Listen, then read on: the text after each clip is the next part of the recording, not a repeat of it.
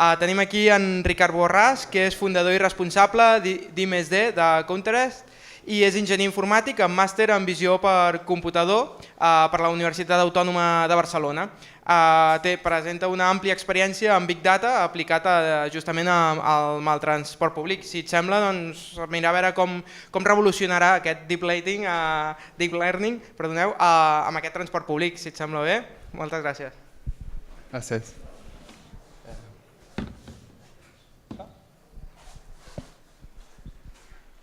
Hola, bona tarda a tots. Ja m'han presentat, vinc de Counterest, una startup de Barcelona que operem des de fa uns 5 anys i ens dediquem al control del nombre de persones que hi ha als diferents espais i en concret al transport públic. Primer us explicaré una mica què és el Deep Learning, després aplicacions genèriques del Deep Learning en diferents àmbits que no tenen res a veure amb el transport públic i finalment l'aplicació que en podem treure pel transport públic. Bé, què és això del Deep Learning? No sé vosaltres, però últimament jo en sento parlar molt. I no deixa de ser una tècnica específica dins d'un camp d'investigació que és la intel·ligència artificial, que per concretar és intentar dotar de qualitats humanes a les màquines. Dins de la intel·ligència artificial hi ha el machine learning, que és que aquestes màquines siguin capaces d'aprendre a fer coses, tasques concretes, i una tècnica especial d'ensenyar a les màquines és el Deep Learning, que es basa en xarxes neuronals, que ara explicaré una mica què són. I com veurem, aquest tipus de tècniques són molt més potents del que teníem fins ara.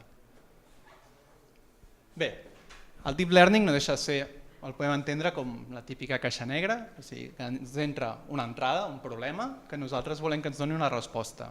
Quin tipus de problema podem tenir?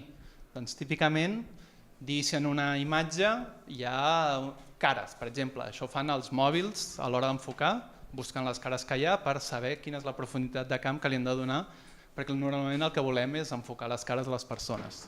Aquí l'entrada seria el que està veient la càmera i la sortida seria cara o no cara. Què hi ha dins d'aquesta caixeta? Bàsicament dades, moltes dades. Ens basem en ingents quantitats de dades per fer que aquests sistemes aprenguin. Després veurem una mica més sobre les dades. I després una arquitectura, com és internament la topologia d'aquesta xarxa que està composada de petites unitats que es connecten entre si, com les connectem, quantes en posem, com les organitzem, etc.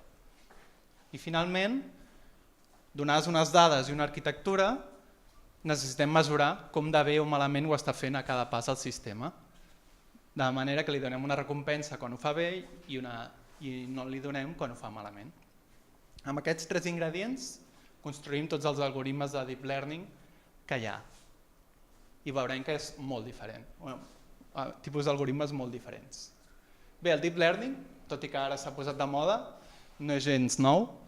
El primer article que definia el concepte de neurona com a concepte matemàtic ve de l'any 69 i no deixa de ser una emulació del que és una neurona del cervell humà. Una neurona al final el que té és un conjunt d'entrades, que seria la part de dalt, que li venen d'altres neurones, es combinen a dins d'aquella neurona i treu una sortida que li passa a altres neurones, formant una xarxa.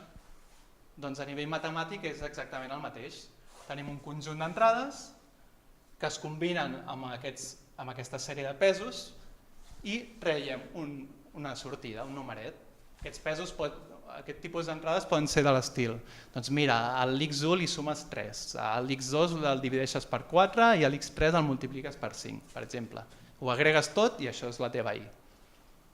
Amb aquesta cosa que sembla aparentment molt simple, podem construir coses bastant complicades si les unim entre si. Si en posem moltes, tenim un conjunt d'entrades i un conjunt de sortides. I això fa molts anys que existeix. Però per què es diu Deep Learning? Doncs bàsicament perquè l'arquitectura que definim és deep, profunda, que vol dir que posem moltes capes una darrere l'altra i les fletxes que uneixen unes neurones amb les altres són els pesos, l'arquitectura. Podem decidir connectar-les totes amb totes o només unes quantes amb les al costat, etc. Això és l'arquitectura i és un dels factors que influeixen en el resultat dels algoritmes. Bé, Jo porto, com han dit, fa 20 anys treballant amb això en concret del machine learning, sobretot aplicat a imatges, i què ha canviat, no? Què és lo diferent. A mi abans em donaven un problema, per exemple, dir si en una imatge veig un cotxe. Donaven un problema i em posava amb el meu ordinador i posava a fer filtres matemàtics, que és, per exemple, si vull detectar un cotxe, què buscaré? Doncs coses rodones per veure si veig les rodes, coses rectes per veure si veig les finestres. Ho combinaré tot, ho passaré per un algoritme de machine learning que em dirà si tens moltes d'aquestes és probable que hi hagi un cotxe i trauré un resultat, cotxe o no cotxe, i tindré un encert d'error, una mesura de l'encert. Aquests algoritmes funcionaven més o menys, però no acabaven d'anar del tot bé. Ho fèiem molt pitjor que els humans. Ara, en canvi, què tenim? El mateix, les mateixes entrades, fotos de cotxes i no cotxes, i li passem tot directament a la xarxa. I ella ja treu el resultat. Què fa aquesta xarxa? El que fa és anar regulant aquells pesos, aquelles W que tenim al principi, les va regulant perquè automàticament algunes neurones s'excitin en certes parts de les imatges. Per exemple, tindríem que les primeres capes s'exciten amb les coses més bàsiques, s'exciten amb coses amb rodones, amb rectes, etc. Les següents capes veiem com s'exciten en combinacions d'aquestes coses. Doncs quan tinc una rodona al costat d'una recta, que això sol formar part d'un cotxe, etc. I tot això, l'important és que es fa automàticament, amb moltes dades. I aquesta construcció automàtica és el que li dona la potència als algoritmes. Funciona molt millor que el que ho poguéssim fer nosaltres. Per què fa 20 anys o 30 no era possible?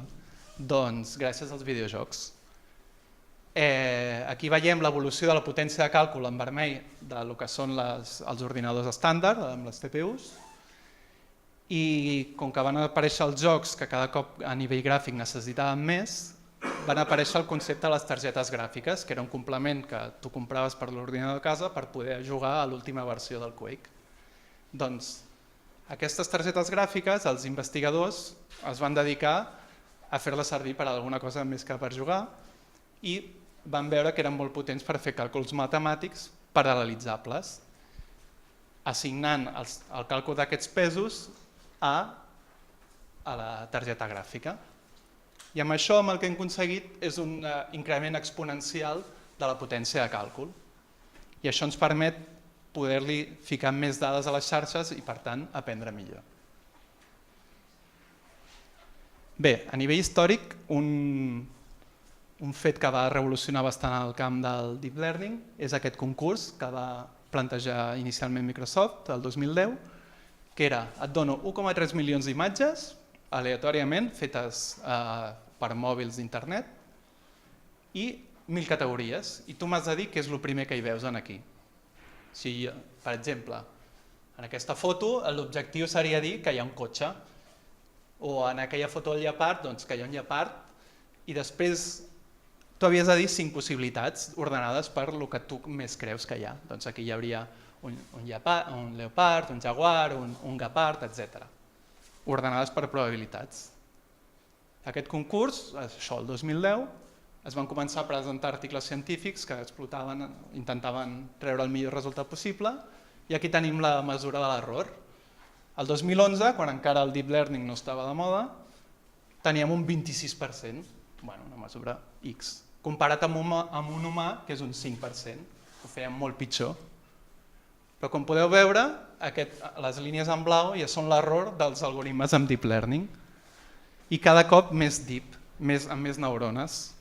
Entrenant amb les mateixes imatges però amb més neurones, que suposa més potència de càlcul, tenim millors resultats, fins que a partir del 2015 ja són millors les màquines que nosaltres fent aquesta tasca, una tasca aparentment senzilla com és reconèixer una cosa en una foto. Bé, fins ara he explicat una tasca concreta que és dir que hi ha una foto, però podem fer altres coses. Una de les coses que podem fer és, com que necessitem moltes dades, podem crear noves dades automàticament i podem sintetitzar noves dades. Per exemple, aquí tenim uns resultats d'un algoritme que el que fa és combinar la fila de dalt són cares reals, aquestes també són cares reals, I aquí tindríem la combinació d'aquesta noia amb el senyor aquest d'aquí dalt. I aquestes cares són fictícies, les combinacions. Com podeu veure, hi ha algunes coses rares, però en general a mi em costa distingir quines són reals de quines són mentida. I això està fet amb dues xarxes neuronals competint entre si, una proposant una cara i l'altra intentant encertar si és veritat o mentida. Competint entre elles, van millorant-se una a l'altra i arriben a aquests resultats. A veure si puc posar... Això és un vídeo al YouTube? No sé, puc posar-lo? Ah, no hi ha internet. Bueno, aquest és un vídeo bastant famós, que és de l'Obama parlant i dient autèntiques bajanades. Bueno, bajanades, en sèrio. I a mesura que va avançant el vídeo, va parlant, tu dius, però què està dient aquest home? S'ha tornat boig. I veus que es desdobla la imatge i veus un actor dient el que està dient a l'Obama, aquestes bajanades. I el que fan és que l'Obama s'ha convertit en un avatar d'aquest actor, amb els gestos, amb la forma de parlar, amb la veu, amb la boca. Sembla l'Obama, però mai ha dit aquestes paraules. És un tipus de vídeo generat això, amb moltes imatges de l'Obama, que com que teníem moltes, i agafant com a entrada el que diu l'actor. I el que acaba dient el vídeo és vigileu, agafeu la informació que sigui d'una font fiable perquè us puc estar enganyant. Altres exemples, l'Alexa, el Siri, tots aquests assistents de veu per processar la senyal d'àudio que nosaltres li donem per entendre què estem dient, fan servir Deep Learning. O el Google Translator, últimament funciona molt millor que abans i també fa servir Deep Learning. Prediccions en borsa, a curt plaç, a llarg plaç, en el que sigui, també es fa servir Deep Learning amb millors resultats que les tècniques anteriors.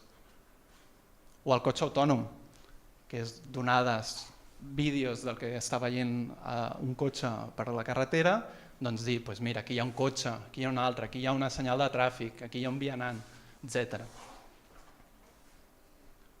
A veure si es veu. No es veu el vídeo? Això és, no sé si ho veieu, és un sensor ficat a sobre una porta, que també, aquest sensor és nostre, que està instal·lat en un centre comercial i estem començant a aplicar aquestes tècniques de Deep Learning per detectar les persones que hi ha en aquestes imatges. I això fem servir per comptar quanta gent entra i surt d'aquesta porta. Com veurem, això també aplica al transport públic. Ah, mira, sí. Aquí es va veient més o menys. Són resultats preliminars, però perquè es fa una idea, ja tenim resultats similars al que tenim amb sensors especialitzats, que és el que fem nosaltres. Bé, tot això era Deep Learning en general. Per transport públic, quin és el problema, al nostre parer, com a accounters del transport públic? El tema és que les andanes es poden estar saturades, que l'usuari pot tenir una sensació de poc confort, però que a la vegada tens vagons buits o busos buits i dius, aquí falla alguna cosa. I què és el que falla? És conèixer la demanda real del sistema. Si coneixéssim bé la demanda, què milloraríem? Per una part, les operacions. Coneixent la demanda real del sistema, podem assignar el millor possible a la nostra flota a la demanda real. Això el que fa és ser més eficients, podem informar l'usuari de com de carregada va la xarxa i que ho tingui en compte, etc. A nivell de planificació també ens millora, perquè podem fer, si tenim unes bones matrius OD, podem planificar la xarxa millor, les rutes, les freqüències, dimensionar les flotes, etc. I tot això es realimenta i repercuteix en l'usuari, que si té un millor servei percep aquesta qualitat de servei i això el que fa és atreure nous usuaris. Com s'ha fet tradicionalment conèixer la demanda? El món del transport públic és conscient d'aquest problema des de sempre i fa temps, ja fa molt que fa enquestes de mobilitat. Normalment se solen fer un cop a l'any per cada línia, es va un dia, que consideren més o menys habitual, que sol ser un feiner, que no plogui, que no faci molt temps que són les vacances, i que va reduint dies d'habituals, cada cop són menys habituals, i es pregunta als usuaris i se'ls diu a veure on es compta quanta gent ha pujat i baixat a cada parada, quin trajecte fan, i també certes preguntes sobre quin perfil tenen, per quin motiu agafen el transport públic, etc. Com ho fem nosaltres a Counterest? El que fem és amb comptadors de persones que es col·loquen, això ho fem des de fa 5 anys, es col·loquen a les portes dels vehicles, una a cada porta, que el que fan és comptar amb una imatge cenital en 3D quanta gent puja i baixa a cada moment. Això ho creues amb la posició del vehicle i pots tenir els puges i baixes per parada. Aquesta informació se'ls passa a l'autoritat i poden planificar millor. A part, sabent quants pugen i baixen a cada parada o a cada moment, pots tenir la càrrega del vehicle en temps real. Nosaltres tenim molts vehicles instal·lats en aquest sistema i estem integrant una fiabilitat del 98 o 99%. Mira, sí, hi ha un vídeo. Aquí es pot veure una persona, això vist des de dalt, és un sensor 3D, que no és un sensor com una càmera, sinó que el que veu és profunditats i es veu amb més gris com més a prop està. I aquí tenim el nostre algoritme basat en machine learning de detecció de caps i com el veu seguint i funciona bastant bé, com diem. Quin és el problema del sistema aquest? El cost, que has de ficar un sensor a cada porta i això normalment els operadors no ho volen assumir. A part, això ens dona les pujades i baixades per parada, però no ens dona els trajectes, no podem tenir una matriu OD. Com ho fem nosaltres per donar aquestes matrius OD? Doncs combinant amb els resultats del sistema anterior, fem el que se'n diu Wi-Fi tracking, que és que el mòbil, quan porta el Wi-Fi encès, sense loguejar-se a cap xarxa ni res, va emetent un número de sèrie, que és sempre el mateix. Aleshores nosaltres detectem quan aquest número de sèrie puja al vehicle i detectem quan baixa, i amb això ens dona un trajecte. Lògicament, no el 100% de la població porta els mòbils o amb el Wi-Fi encès, però combinat amb els puges i baixes, que sí que és el 100% de la població, tenim unes bones matrius OD. Aquest sistema, per exemple, ara l'estem començant a instal·lar a la flota de l'eix de l'Aurea Miró, a tots els vehicles, i el resultat és una cosa així, on podem veure els orígens i destins de cada parada i en quant a mida el flux i d'on venen i a on van cadascun dels trajectes. A part, sabem, com que el número de sèrie no canvia, doncs sabem si són viatgers habituals, si són esporàdics, etc. Això una altra vegada, és un sensor que has de ficar en el vehicle, un sol sensor per al vehicle, però igualment sol ser car. Què proposem ara? Un sistema que, aprofitant tot això del deep learning, processi les imatges de coses ja existents als vehicles, de sensors. I el sensor més comú que hi ha als vehicles, que dona imatges, són les càmeres de seguretat que s'instal·len per temes de videovigilància. Aleshores, què fem? Doncs analitzant les imatges 2D podem detectar les persones, però no ho farem d'aquesta manera, ho farem d'una manera diferent. Donar una imatge com aquesta, que seria impossible de cobrir amb sensors per tota l'andana, el que fem és agafar-la directament. I aleshores ens dediquem a passar nits desperts i a marcar els caps de cadascuna de les persones. Com veureu és una feinada, però bueno, val la pena.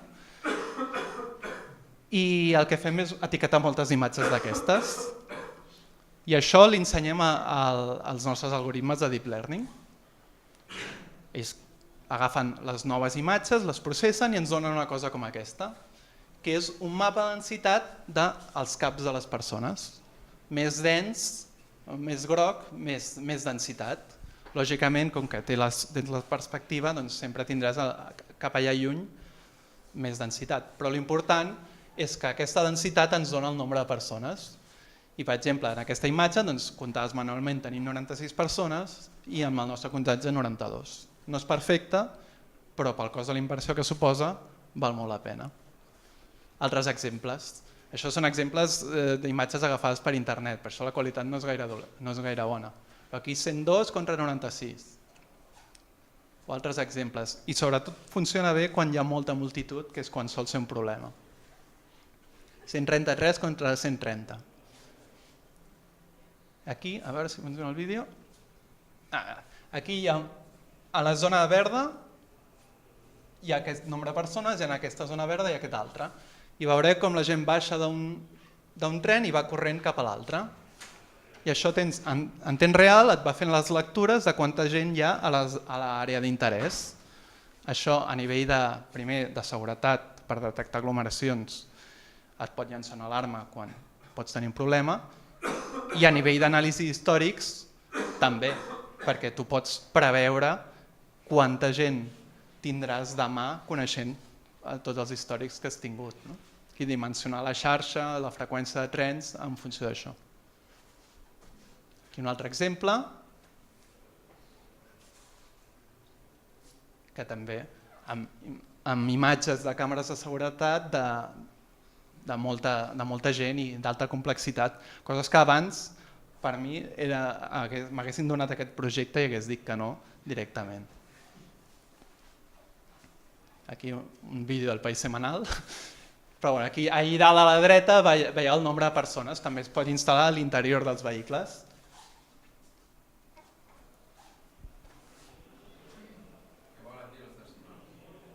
Els decimals és perquè aquests mapes de calor són números flotants, números amb decimals, que si els sumes tots et donen un número decimal. Aleshores, el resultat serà un número decimal. Però tu el que fas és moltes lectures, les sumes totes, compenses l'error també i dones un millor resultat enter.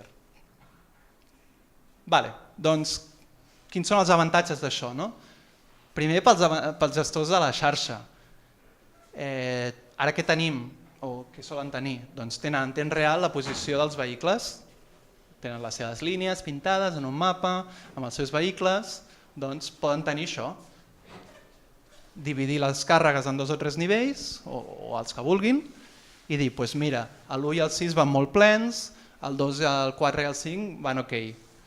I això pots tenir en compte per enviar vehicles a demanda o per enviar vehicles més grans i absorbir aquesta demanda, o un vehicle que vagi davant de l'1 i el descarregui una mica, etc.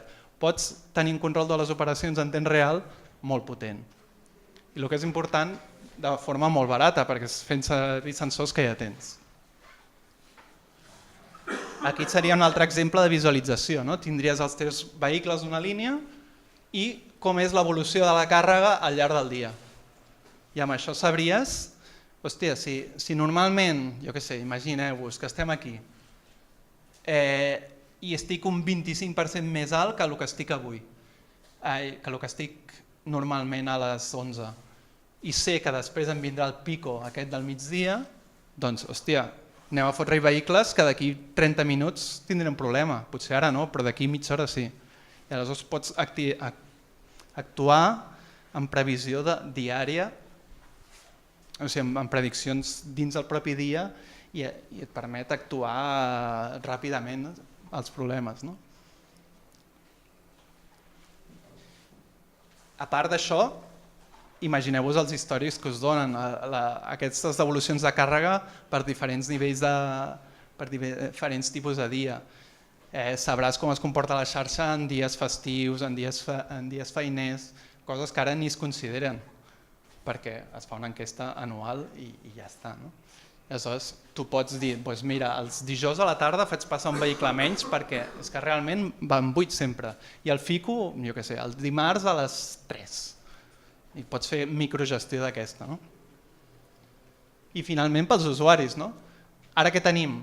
Tenim aquests punts d'informació a les parades que et diuen, mira, pel D20 queda un minut, però i si et digués pel D20 ve un minut i ve ple? I et passarà un altre D20 d'aquí 5 i ve 8? Doncs segurament molta gent decidirà esperar i d'aquesta manera viatjarà millor i també aplanarà la corba de la càrrega, que és el problema, no? Que tothom es concentra en el mateix moment. Nosaltres, per exemple, tenim instal·lacions a restaurants corporatius on tu veus quanta gent hi ha al menjador i a l'hora de dinar dius, hòstia, està molt ple o no? Només pel fet de comunicar aquesta càrrega la gent es distribueix millor i encara que estigui ple i vagin quan està ple, ja ho saben que està ple i la percepció de la qualitat és millor, encara que estigui ple igual, vaja. Però és com el trànsit que et diu hi ha caravana i tu t'hi fots, doncs mira, allà tu. I un altre exemple d'aplicació pels usuaris, informar a les estacions de metro com de ple, no tot el vehicle com de ple ve, sinó per vagons. I aleshores, que tu sàpigues, mira, em fico cap a la part del final que ve més buida. Amb això podem millorar molt els temps de puja i baixa a les estacions i per tant millorar les freqüències d'una forma bastant barata perquè amb els mateixos nombres de vehicles passaran més. Conclusions. No he mirat gens el temps. El Deep Learning nosaltres creiem que té molt potencial en el sector del transport, tant perquè ens proporcionen noves dades d'una forma bastant barata, com amb el que podem fer amb elles. Tot el que dèiem de Big Data, etc.